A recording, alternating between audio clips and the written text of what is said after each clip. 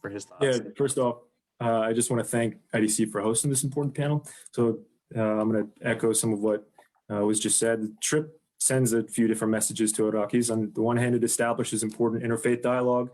On the other, it encourages those on the ground or reminds them that they're not forgotten. Now, I listened to a BBC audio story the other day that started with, "Will the Pope's visit encourage Christians to return home?" And it's a similar headline to one I'm sure many in the audience today have seen in the past few weeks. The short answer is that I think it won't, at least not without being coupled with real change on the ground. So this is a song that the Assyrians are used to hearing, encouragement that they're safe and they can return home, but there's no real action behind this word. So Kadmi did this in August when he met with Chaldean Catholic leaders and wrote the message, "My door is open to all Iraqis. We are serious about providing assistance to our Christian families and solving their problems." But the state has shown they're not very serious about solving the problems, and Christians can't wait for them to act. So this leads them to build back up their own communities.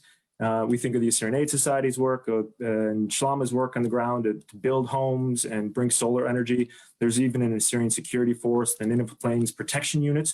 When you look at displaced Christians returning home, they're primarily returning to areas under the MPU's control because they believe in the security provided by their own people.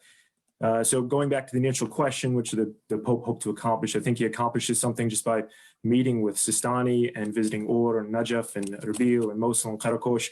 The Pope represents peace and love and humanity, and it's a message that I think the country desperately needs right now. But I worry that idea that the visit is a message in itself or a step towards advocacy will overshadow some of the real work on the ground that needs to be accomplished. I believe it will also be important for the Pope not only to highlight some of the destruction that was done, but also to highlight some of the work that's being done inside these communities right now to rebuild themselves.